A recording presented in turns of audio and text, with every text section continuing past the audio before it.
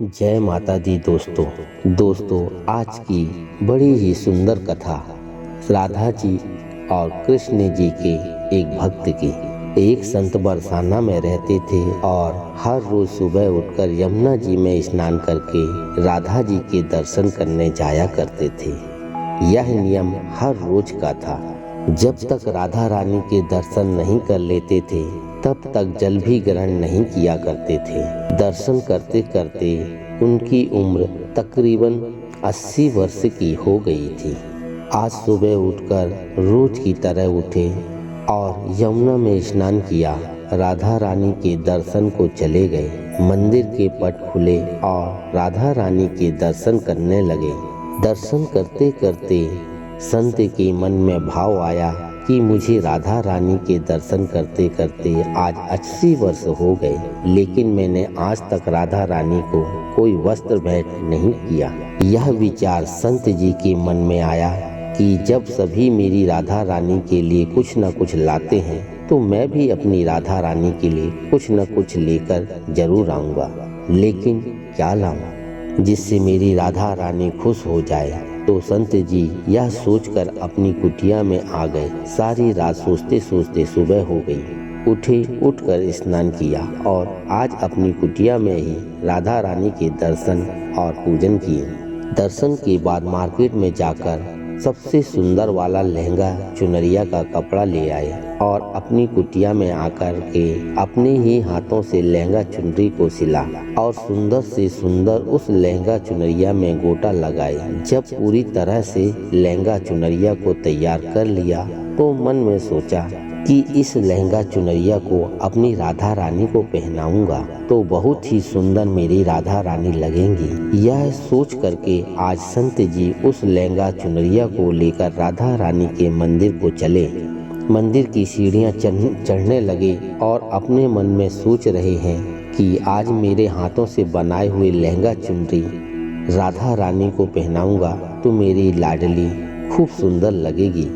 यह सोच कर जा रहे हैं। इतने में ही एक बरसाना की लड़की लाली आई और बाबा से कहती है, बाबा आज बहुत ही खुश हो, क्या बात है बाबा बताओ ना।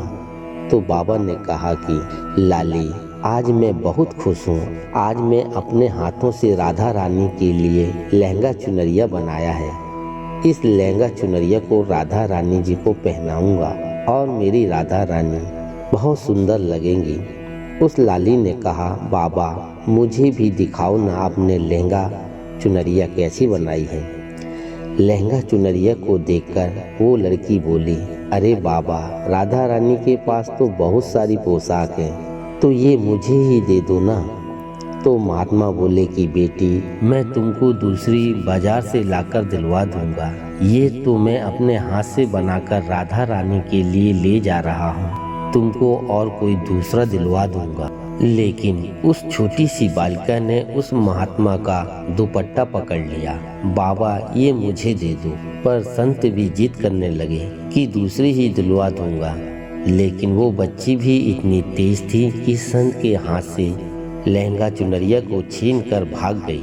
अब तो बाबा को बहुत ही दुख लगा कि मैंने आज तक राधा रानी को कुछ नहीं चढ़ाया, लेकिन जब लेकर आया तो लाली लेकर भाग गई। मेरा तो जीवन ही खराब है, अब क्या करूँगा।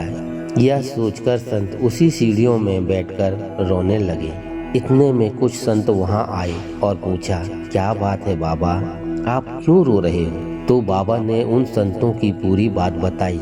संतों ने बाबा को समझाया, आप दुखी मत हो, कल दूसरी लहंगा चुनरिया बना के राधा रानी को पहना देना। चलो राधा रानी के दर्शन कर लेते हैं। इस प्रकार संतों ने बाबा को समझाया और राधा रानी के दर्शन को लेकर चले गए।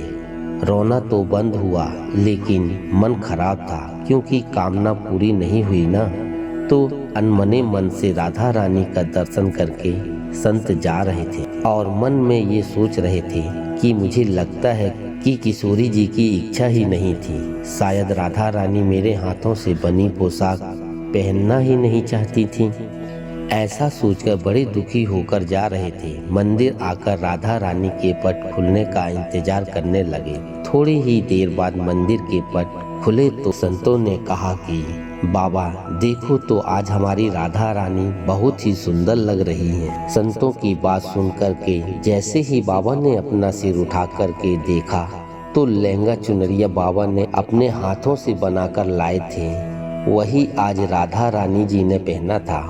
बाबा बहुत ही खुश हो गए और राधा रानी से कहा, हे राधा रानी, आपको इतना भी सब्र नहीं हो रहा था क्या? आप मेरे हाथों से मंदिर की सीढ़ियों से ही लेकर भाग गईं? ऐसा क्यों किया? सर्वेश्वरी श्री राधा रानी ने कहा कि बाबा आपके भाव को देखकर मुझसे रहा नहीं गया, और ये केवल पोशाक ही नहीं है, इसमें आपका प्रेम भी तो है। इसलिए तो मैं खुद ही आकर के आपसे लहंगा चुनरिया छीन कर भाग गई थी। इतना सुनकर के बाबा भाव विभोर हो गए और बाबा ने उसी समय किशोरी जी का धन्यवाद किया। तो भक्तों प्रेम से बोलो राधे राधे।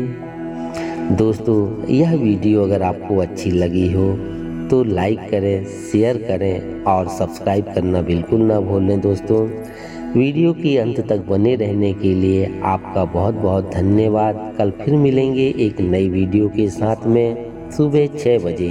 तब तक के लिए जय माता दी दोस्तों।